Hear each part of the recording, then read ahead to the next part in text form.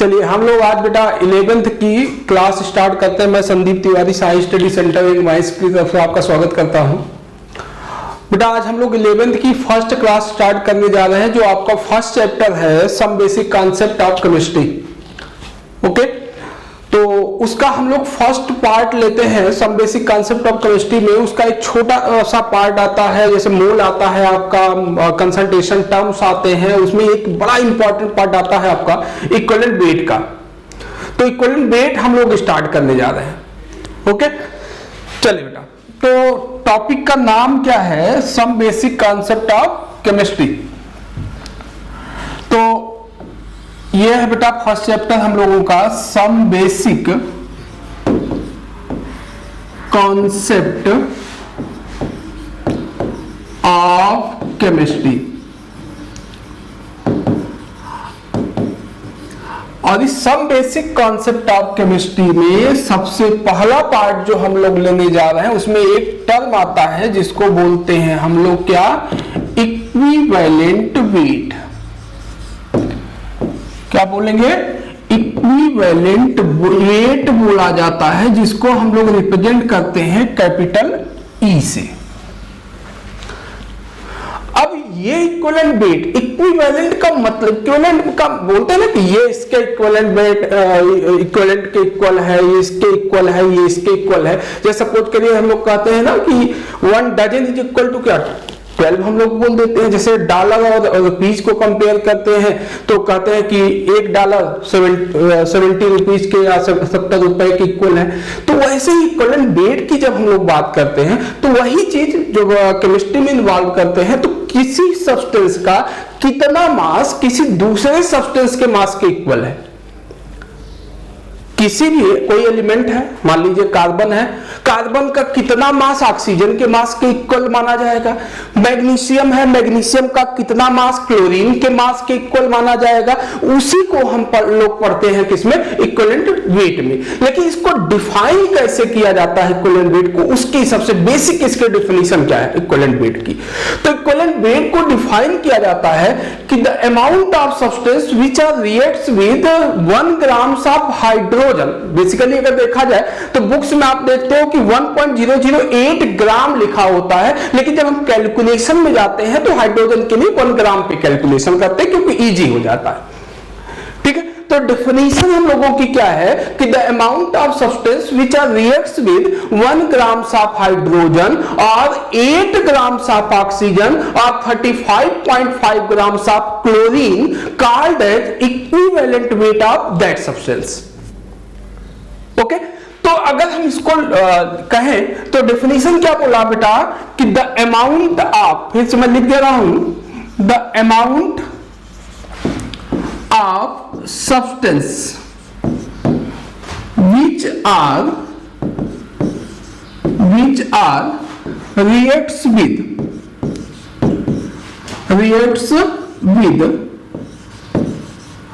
1 grams of hydrogen, 1 grams किसका? Hydrogen का, और 8 ग्राम्स ऑफ ऑक्सीजन और 35.5 grams of chlorine called as equivalent weight. Called as equivalent weight. ये हमारी basic definition होती है इक्विवेलेंट वेट की। अब इस पर हम लोगों से, आप एनसीईआरटी में देखोगे तो इस पर आपसे 2 क्वेश्चन आपको दिया हुआ है आपको एक्सरसाइज में, तो इसे डेफिनेशन से निकल करके वो क्वेश्चन आपका सॉल्व होता है। ठीक है, तो कहां पे कंसंट्रेट करना है? हाइड्रोजन के लिए कितना ग्राम लेना है? 1 ग्राम। ऑक्सीजन के लिए कितना ग्राम लेना है बेटा? 8 ग्राम। और क्लोरीन के लिए कितना ग्राम लेना है हम लोगों को? 35.5 ग्राम लेना है। क्लियर?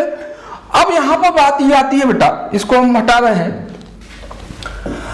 कि अब इस डेफिनेशन से रिलेटेड कैसी प्रॉब्लम हम लोगों के पास बन जाती है। एक क्वेश्चन मैं आपको दे रहा हूं। एक क्वेश्चन ये है, एग्जांपल एक मैं ले रहा हूं। क्वेश्चन ये है कि 20 grams of a metal, 20 grams of a metal reacts with oxygen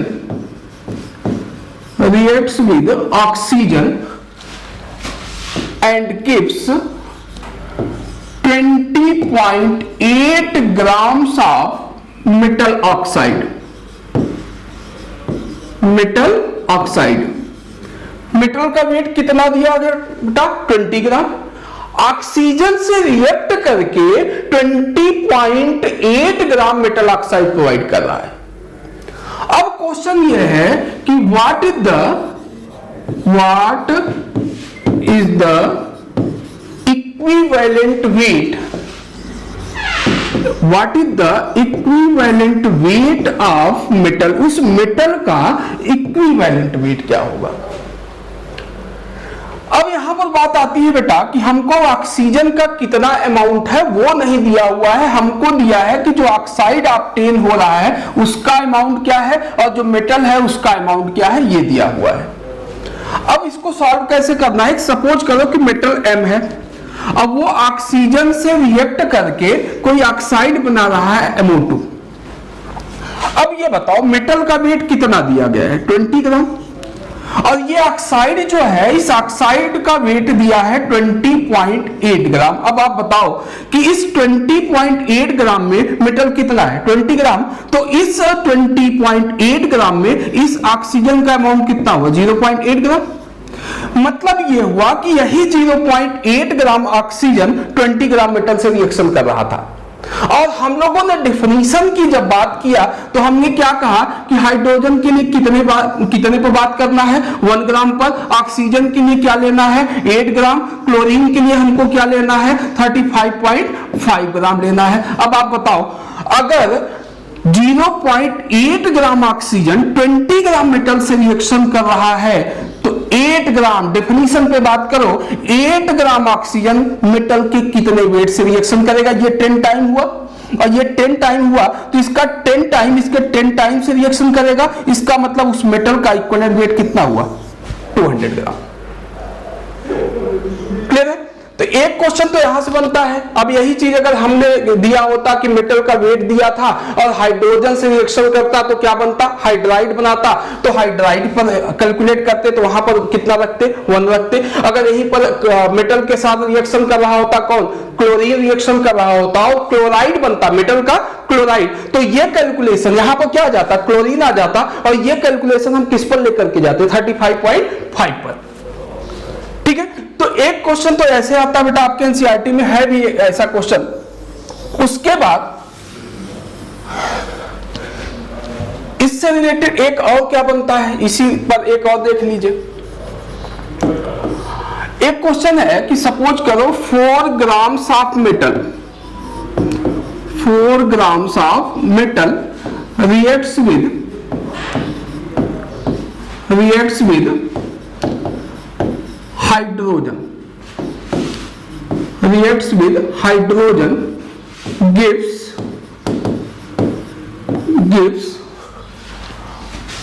4.2 grams of metal hydride, metal hydride बना रहा है।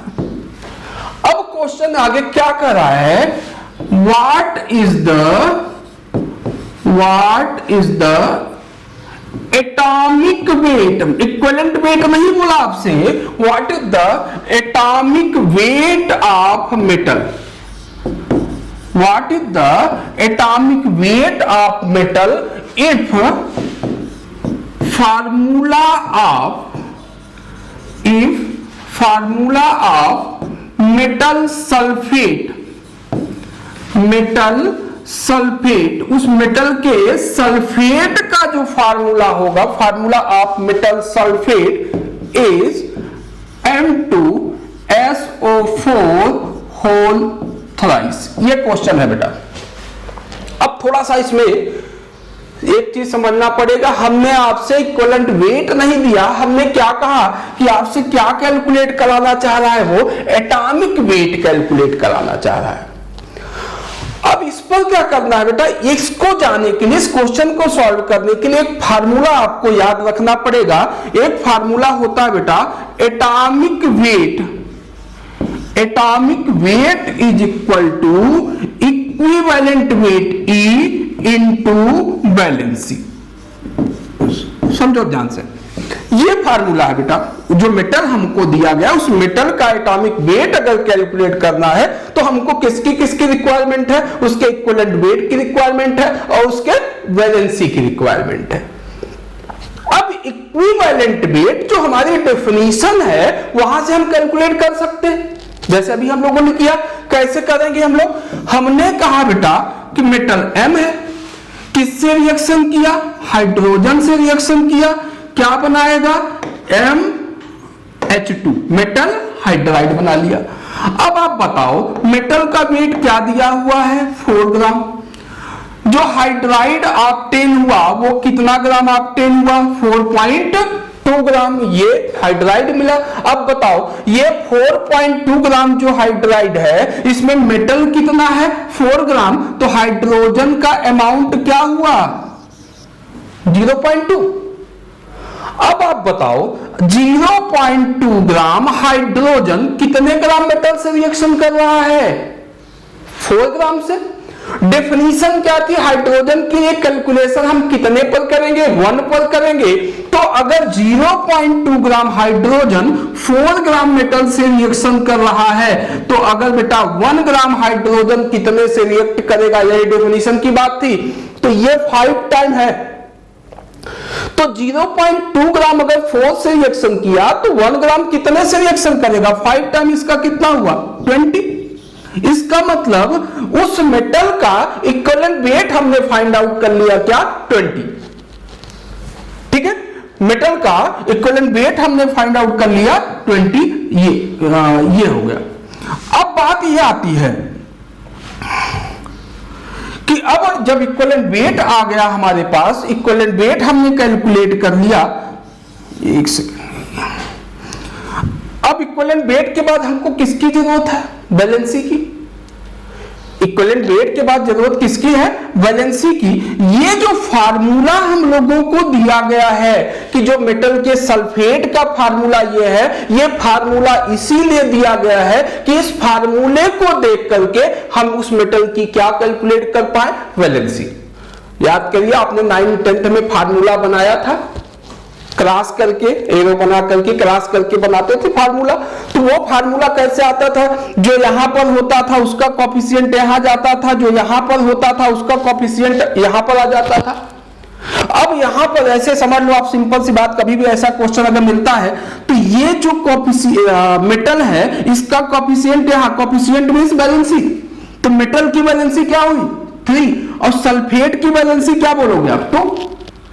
तो मेटल की वैलेंसी इस फार्मूले को देख करके हमने बता दिया कितना हुई? 3 हुई। अब हमारे पास हो गया इक्विवेलेंट वेट हम लोगों ने कितना कैलकुलेट किया है? 20। वैलेंसी कितना हो गई बेटा?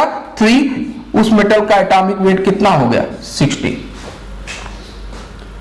अब इसी को कभी कभी रिवर्स कर देता है, घुमा देता है। क्या करेगा? उसमें क्या करना है?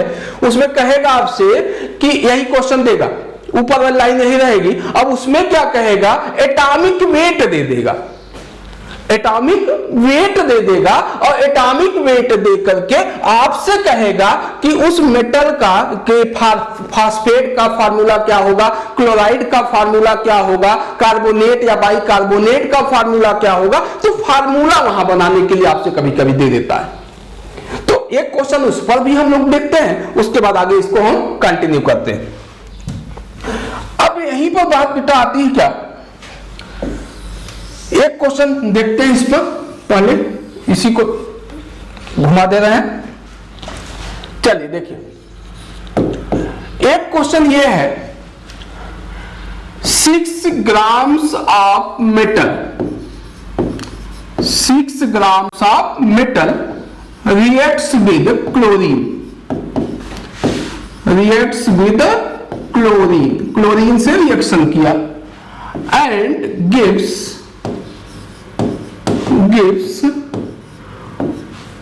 148 grams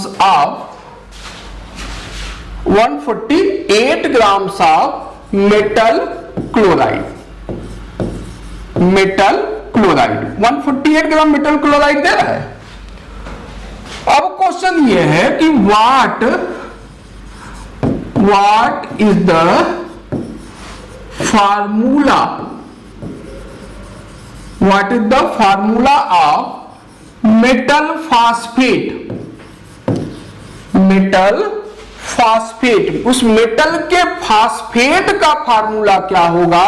metal phosphate if atomic weight दे रहा है, atomic weight of metal is 3। ये क्वेश्चन है।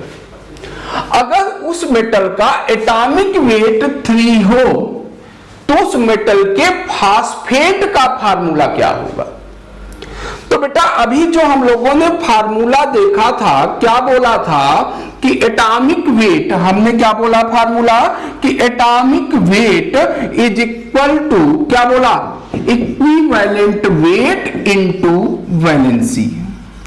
अब पीछे के क्वेश्चन में हमने क्या देखा कि हमको वैलेंसी फार्मूले से पता हो गई थी, लेकिन अब यहां पर अगर फार्मूला बनाना है तो फार्मूले के लिए हमको जरूरत किसकी होगी? वैलेंसी की।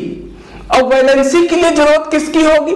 इक्विवेलेंट वेट और एटॉमिक वेट की। और एटॉमिक वेट हमको क्वेश्चन में गिवन है, जरूरत किसकी है? इक्विवेलेंट वेट की। अब आ जाइए उसी पर, जैसे हम लोग अभी कैलकुलेट कर रहे थे अपने डिफिनीशन पर। अब क्या था बेटा? मेटल M था, रिएक्ट किससे किया? क्लोरीन से। क्या बनाया? Metal chloride. अब मेटल का वेट कितना दिया था? 6 ग्राम। मेटल के क्लोराइड का मास कितना दिया है? 148 ग्राम। अब बताओ इस 148 ग्राम में मेटल कितना है? 6 ग्राम। तो क्लोरीन कितना हुआ? 142।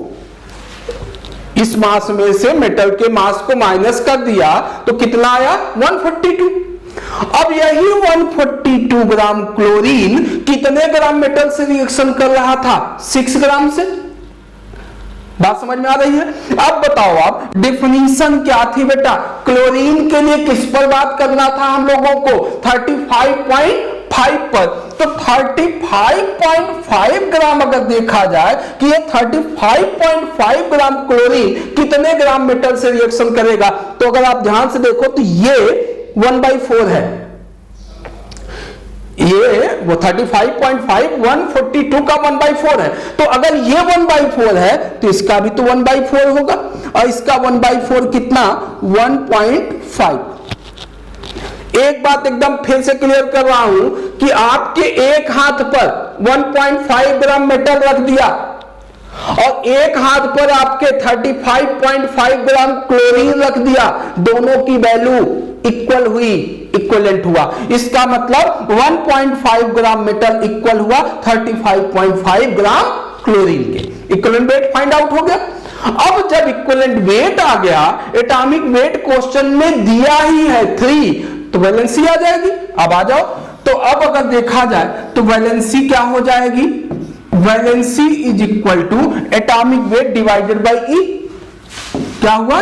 Atomic weight divided by equivalent weight. Atomic weight क्या दिया है? 3 दिया है। इक्विवेलेंट वेट कितना हम लोगों ने निकाला? 1.5। क्या हो गई बेटा? वैलेंसी 2। वैलेंसी आ गई। अब वैलेंसी आ गई, अब फार्मूला बनाना है, फास्फेट का फार्मूला बनाना है। अब फास्फेट का फार्मूला सपोज करो मेटल M है, फास्फेट क्या होता है? PO4 -3 चार्ज होता है फास्फेट पर। -3 मतलब उस पर अगर बैलेंसी की बात किया तो बैलेंसी क्या बोलेंगे? 3 बोलेंगे। तो ये बताओ फास्फेट 3 हुआ, बैलेंसी कुछ चार्जेस हमें भी आपको लिख दे रहे हैं कि किस पर कितना चार्ज होता है, इस पर वो याद होना चाहिए तभी ये बन पाएगा बेटा। अभी हम लिख रहे हैं आपके सामने कुछ उसको। फास्फेट पर कितना हुआ? -3 होता है तो बैलेंसी 3 लेंगे। और मेटल की बैलेंसी क्या निकाला हम लोगों ने? 2। अब याद करिए 9th 10th में क्या करते थे? ऐसे क्लास करते थे, क्लास कर दिया, और जब क्लास किया तो M3 क्या बना? M3 PO4 क्या? होल ट्वाइस हो गया। तो हमसे क्या कहा बेटा, पीछे के क्वेश्चन में क्या दिया था, पीछे के क्वेश्चन में फार्मूला दिया हुआ था और फार्मूला दे करके हमसे कहा एटॉमिक वेट निकालो। यहां पर क्या कहा, उल्टा कर दिया। उल्टा क्या किया, एटॉमिक वेट दिया और एटॉमिक वेट दे करके हमसे कहा कि उस मेटल के फास्फेट का फार्मूला बनाओ। तो एक क्वेश्चन तो यहां से 3 क्वेश्चन हमने आपको दिखाए जो प्योर हमारे एकदम बेसिक डेफिनेशन से निकल के आते हैं। ठीक है, तो अब कुछ चार्जेस हम बेटा आपको लिख रहे हैं, क्योंकि अब आपको नए नए चार्जेस अब मिलेंगे, अब आयंस मिलेंगे आपको उसमें 9th 11th 12th लेवल पे जब आप जाते हो तो आपको मिलता भी है कि अब आपको जैसे फास्फेट का हमने बोला, अब फास्फेट का आइडिया हमको नहीं था। ठीक है, तो अब फास्फेट का अगर आइडिया नहीं तो हम फार्मूला कैसे बना पाएंगे, तो कुछ चार्जेस हम लिख भी रहे हैं आपके सामने, वो नोट कर सकते हो आप। सपोज करिए एक सिंगल मोनो बात कर रहे हैं और हमको याद किसको करना होता है, एनायंस को। कैटायन एनायन तो आप जानते हो, कैटायन मतलब जिस पर पॉजिटिव चार्ज होता है। कैटायंस को याद करने की बहुत जरूरत नहीं होती क्योंकि हम लोग उसको फाइंड आउट कर भी लेते हैं।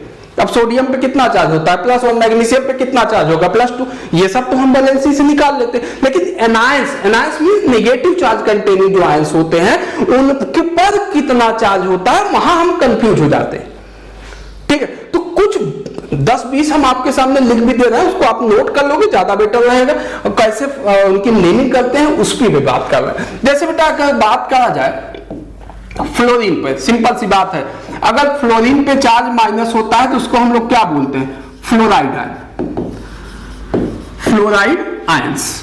Cl पर निगेटिव चार्ज, सब एनायंस की बात कर रहा हूं मैं, तो इसको हम लोग क्या बोलते हैं बेटा, क्लोराइड आयंस, क्लोराइड आयंस बोलते हैं। Br पर निगेटिव होता है तो इसको हम लोग क्या बोलते हैं, ब्रोमाइड आयंस, ब्रोमाइड आयंस बोलते हैं।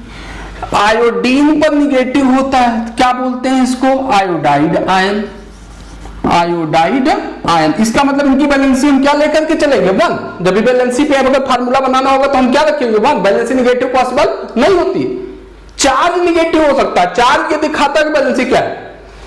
अब मान लो कि हाइड्रोजन पर निगेटिव चार्ज होता है तो इसको हम लोग बोल देते हैं क्या, हाइड्राइड आयन, हाइड्राइड आयन बोल देते हैं।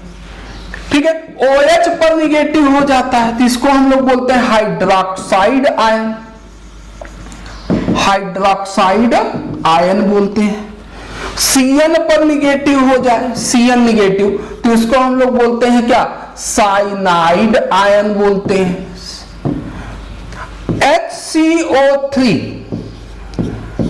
HCO3 इसको बोलते हैं बाइकार्बोनेट आयन, बाइकार्बोनेट आयन बोलते हैं, बाइकार्बोनेट।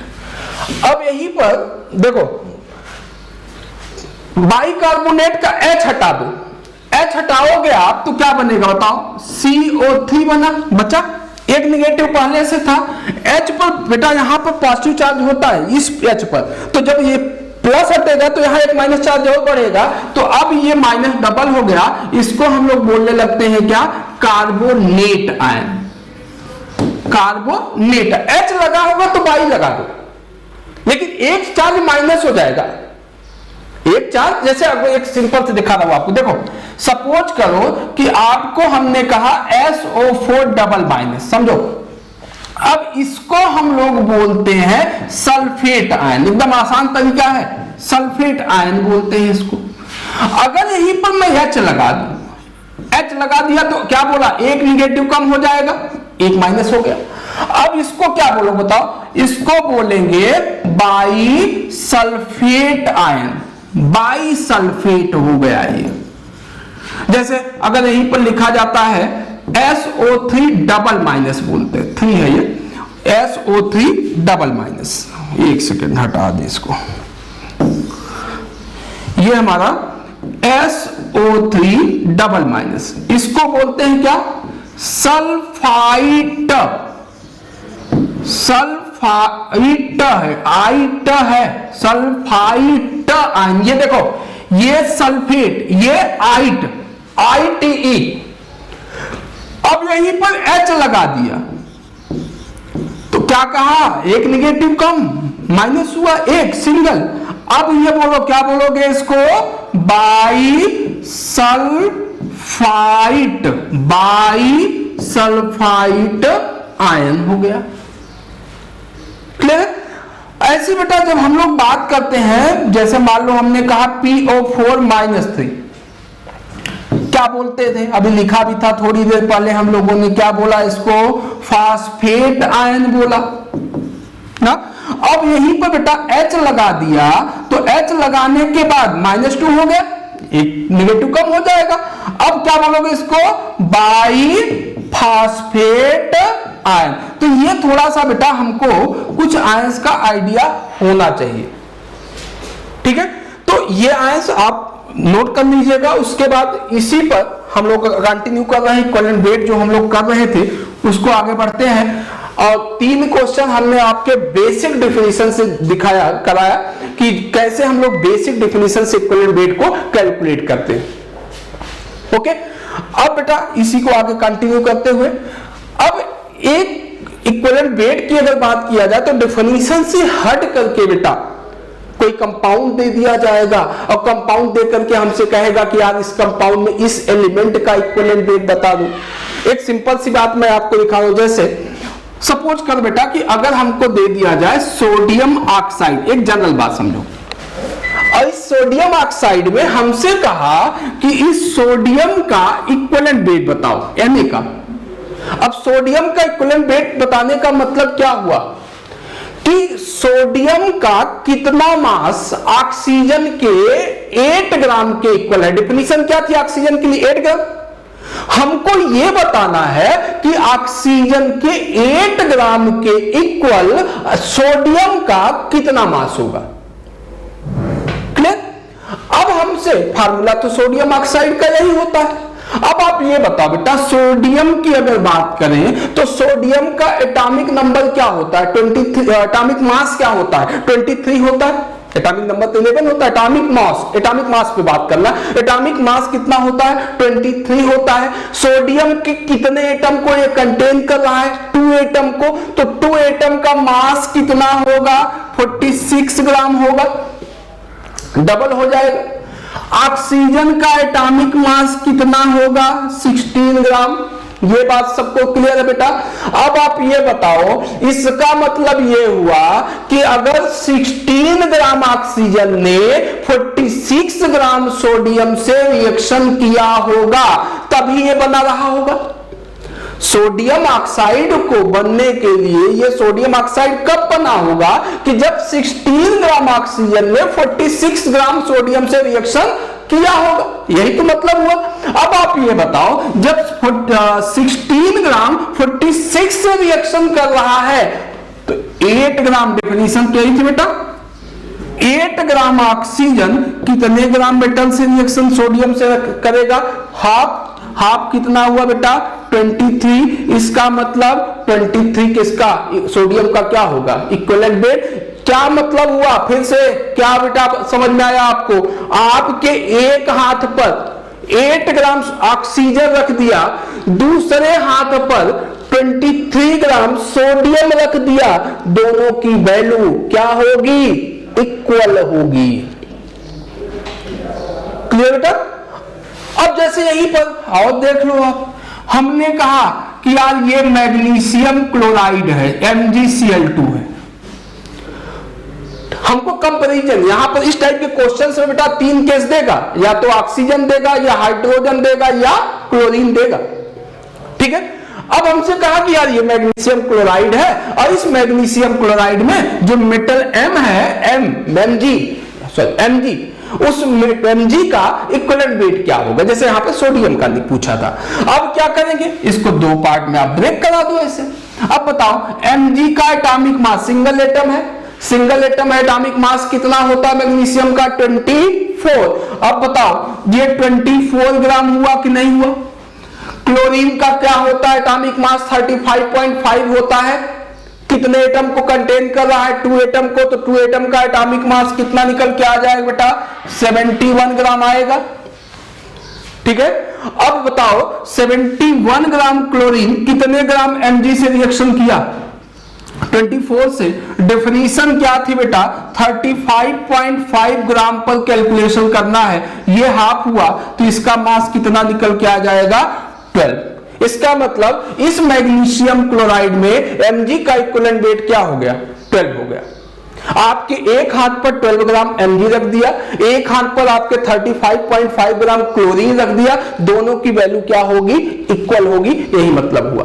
तो दो क्वेश्चन ऐसे बन जाते हैं, एक तो आपके डेफिनेशन पे, ये भी आपका डेफिनेशन तो नहीं है क्योंकि अगर ये डेफिनेशन नहीं पता होगी बेसिक तो हम कहां से निकाल पाएंगे 35.5 कहां से 8 कहां से है। ठीक है, तो आप इसी पर रोक रहे हैं बेटा। Thank you.